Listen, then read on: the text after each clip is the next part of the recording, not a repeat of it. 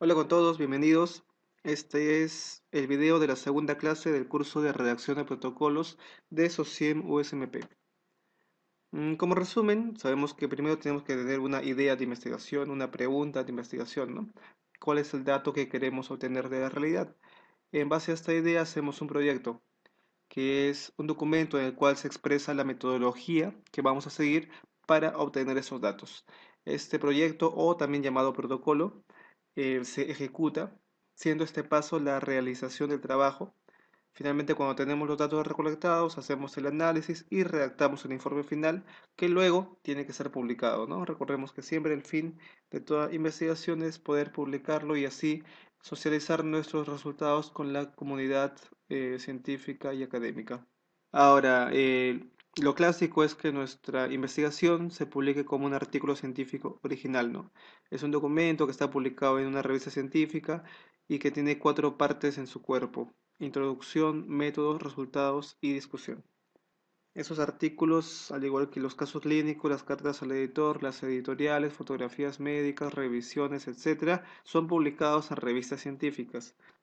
Esas revistas se agrupan en bases de datos, pero no están limitados a una sola, ¿no?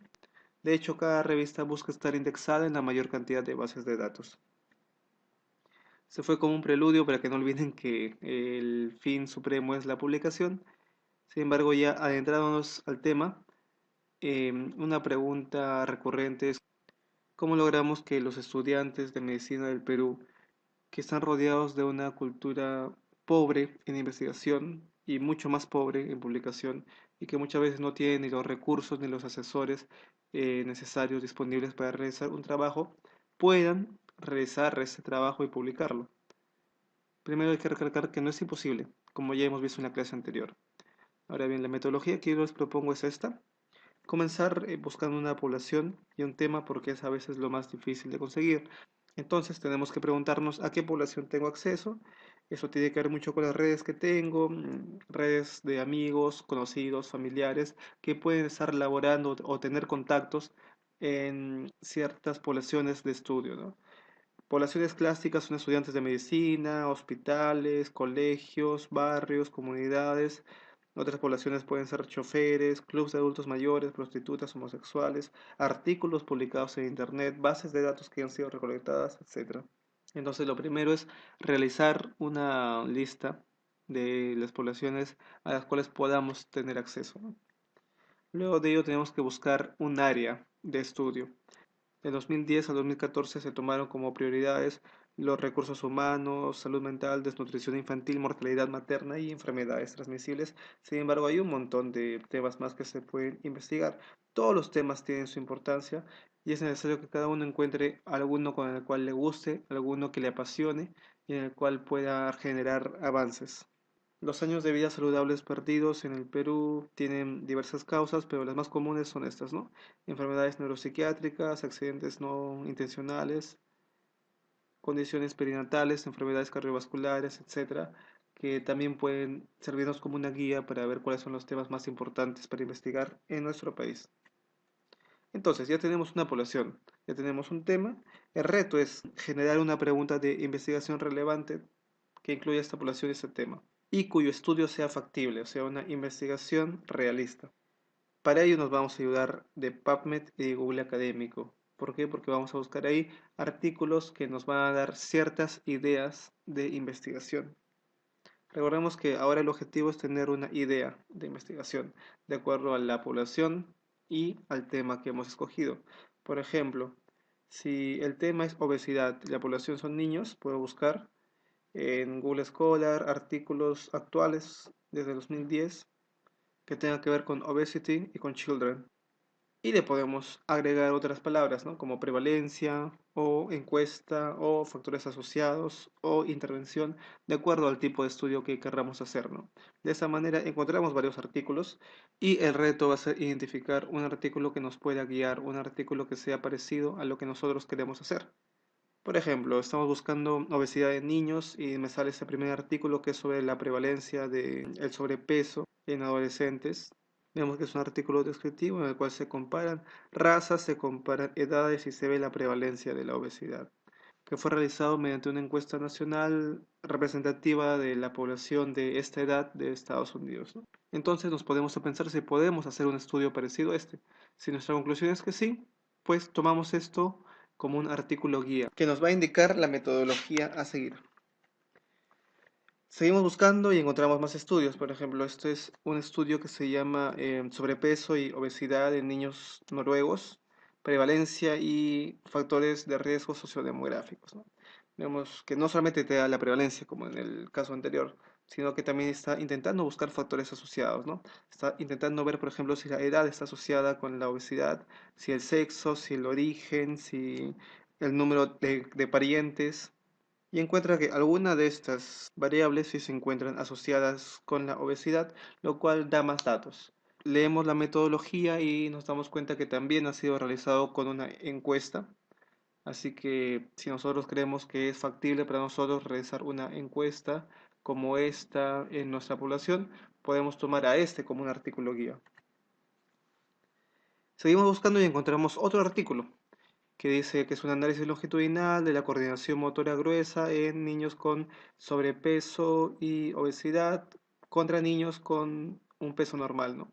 Y ven que miden con un test la coordinación motora gruesa y ven que el grupo de niños con sobrepeso y obesidad comienza con una coordinación motora baja y esa no aumenta mucho a lo largo de los años.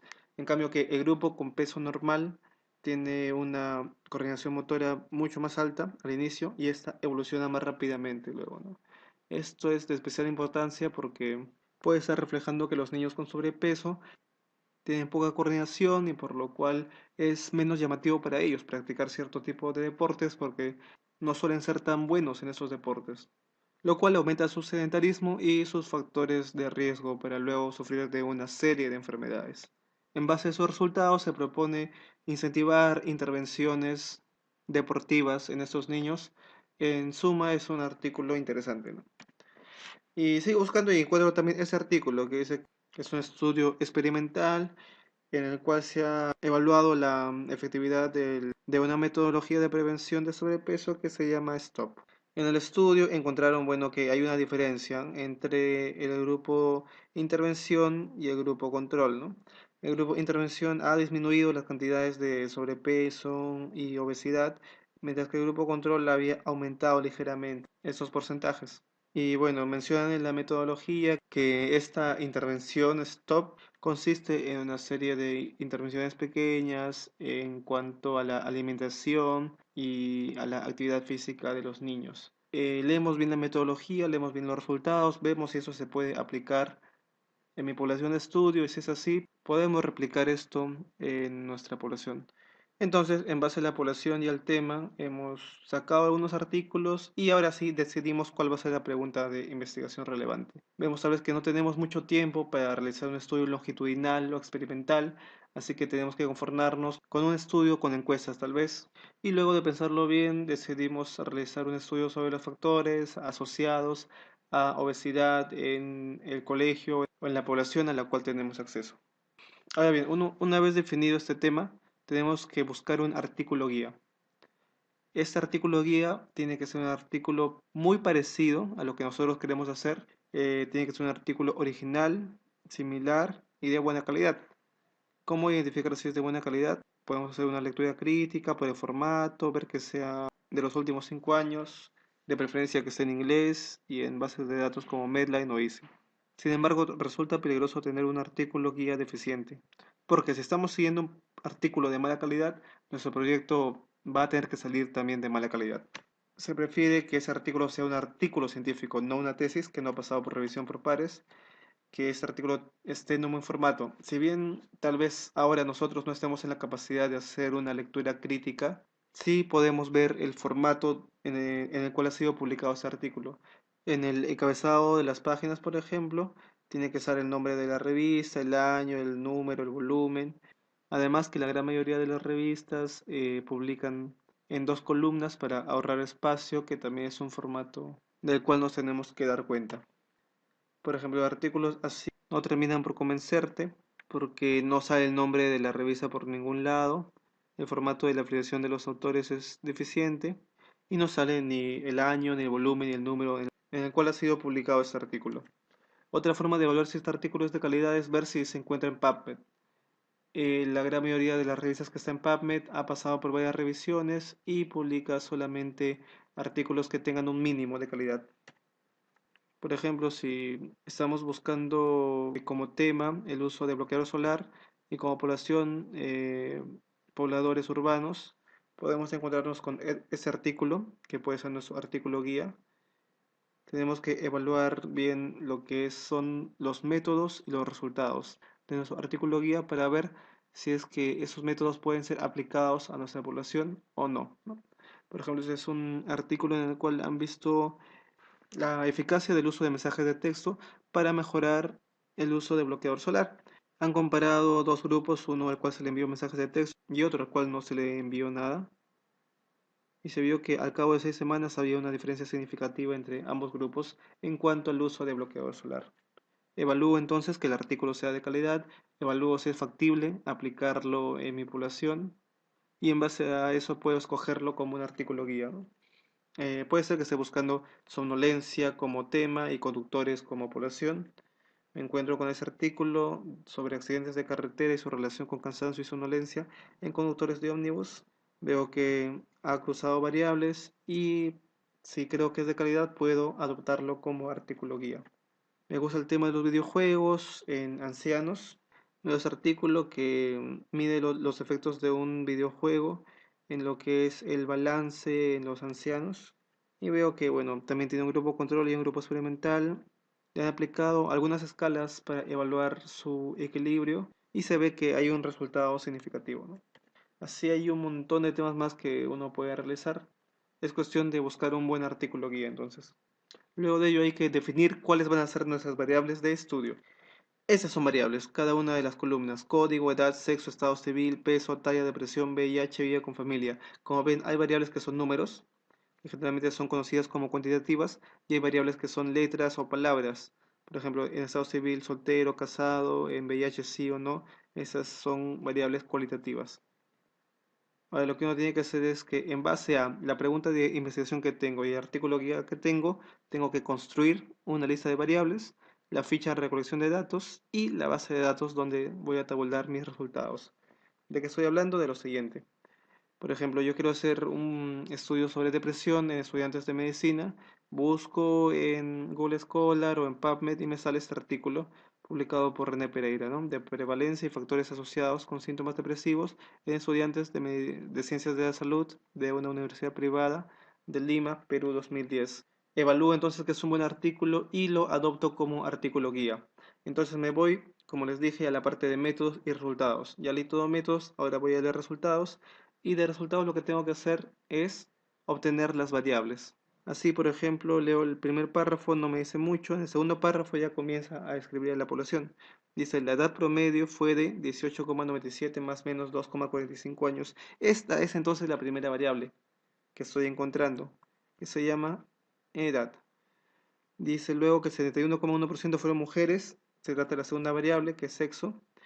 Se incluyó al 78,2% de personas pertenecientes a la carrera de medicina y a otro porcentaje perteneciente a otra carrera. Entonces, esta es una tercera variable que es carrera. Luego dice, un porcentaje reducido de estudiantes vive solo y se explayan con el tema de con quién vive el estudiante. Esta es otra variable, convivencia. Luego dice que el 97,8% está estudiando la carrera que quiere, otra variable, que estudia la carrera que quiere, y el 55,9% no se encuentra conforme con su rendimiento académico, otra variable. Hay un porcentaje que percibe también poca conformidad con respecto a su situación económica, otra variable. Entonces acá ya tenemos 7 variables. Seguimos y dice que se encontró una prevalencia de síntomas depresivos en la población total de 31,2%. Ahora, entonces, ¿cómo han buscado estos síntomas depresivos? No se me ocurre porque aquí no hablan mucho de ello. ¿Dónde hablan sobre esto? En la parte de metodología. Entonces, vuelvo a la parte de metodología y dice que para evaluar la presencia de síntomas depresivos se usó la escala de Zung, abreviada, de 10 preguntas, que fue validada previamente en estudiantes de Colombia. Finalmente te pone una referencia sobre esta validación. Entonces yo como no tengo esta encuesta y como no me la ponen en el artículo, tengo que sacarla de esta referencia. Por lo cual busco la referencia 16, que es esta de días, propuesta de una versión abreviada de la escala de Zoom. La busco por internet y aquí está. Acá está el título del artículo y como cuadro 1 salen las preguntas de la encuesta, ¿no? Entonces ya tengo esta encuesta. Por último, en la parte de resultados de este artículo que estamos analizando, hay otra variable más, que es la de migración.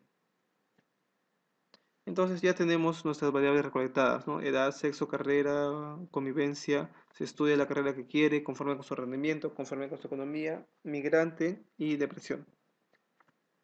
Ahora lo que vamos a hacer es crear con esa lista de variables un cuestionario o una ficha de recolección de datos.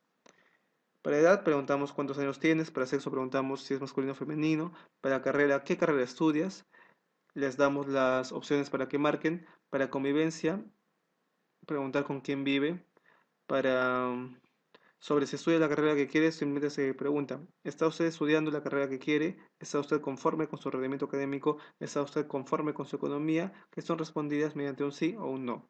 ¿Ha vivido por lo menos 5 años en Lima? ¿Sí o no? ¿Y cómo evaluamos depresión? Le dije que teníamos que tomar las preguntas que habían sido puestas en en el artículo original que había validado esta encuesta. Acá quiero recalcar que no toda encuesta se tiene que validar. Esto es imprescindible, sí, para aquellas encuestas que se llaman escalas, en las cuales se busca obtener un puntaje. Por ejemplo, aquí cada respuesta que alguien dé a una de esas preguntas se le otorga un puntaje. Al final se suman todos esos puntos y si saca 22 o más, esta persona se dice que está con síntomas depresivos. Entonces, en el caso de encuestas que van a trabajar con un puntaje, esas encuestas se llaman escalas y estas tienen que ser validadas. En el caso en el cual uno haga preguntas directas como sexo, nombre o cuántos hijos tienes, no es necesario validarlo si es que no se está buscando un puntaje. Entonces ya tenemos la encuesta. Ahora lo que vamos a crear es una base de datos, generalmente en un programa como Excel, ¿no? Tenemos código, la edad, el sexo, la carrera, la convivencia, carrera que quiere, conformidad con el rendimiento, conformidad con la economía, migra y el Zoom, ¿no?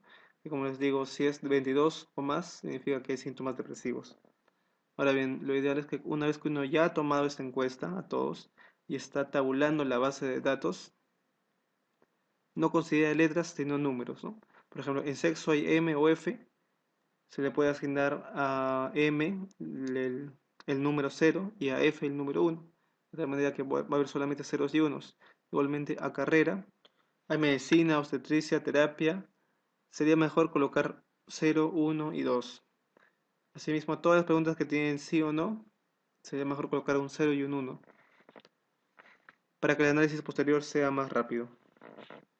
Una vez que ya tenemos el artículo guía y hemos sacado de ese artículo guía la encuesta o la ficha de recolección de datos, ya estamos listos para comenzar a redactar el protocolo. El protocolo tiene varios formatos. Lamentablemente no hay un formato único como sí lo hay para los artículos finales publicados en revistas científicas.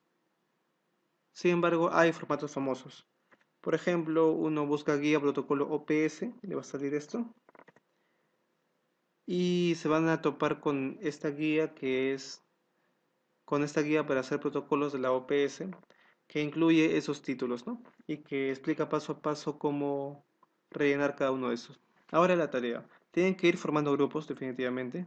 Si alguien ya está haciendo un proyecto por su cuenta, siga con ese proyecto y es el que se le va a evaluar. Si alguien no tiene ningún proyecto, les invito a que formen grupos de máximo 4 personas. Ahora, lo que necesito es que tengan ya listos el tema de investigación y el artículo guía. Por ahora no me lo pasen, se lo voy a pedir cuando estemos en la hora de las preguntas más tarde. Sin embargo, es importante que hagan una buena búsqueda y que este artículo guía sea el mejor posible. Si tienen alguna duda, no se repriman y pueden preguntarme a mí o a alguno de los organizadores por el Facebook. Recuerden que en el tema de investigación tiene que estar la variable y la población, ¿no? Incluyendo el lugar y la fecha. Si vas a trabajar en un colegio, tiene que estar el nombre del colegio. Si vas a trabajar en un centro de adulto mayor, tiene que estar el nombre del centro del adulto mayor y el año o el mes donde en el cual piensas realizar ese estudio. Solamente hasta ahí va a ser la tarea, hacer esto y leer las lecturas que les dejé la otra vez, ¿no? Eso es todo por ahora, entonces nos vemos más tarde.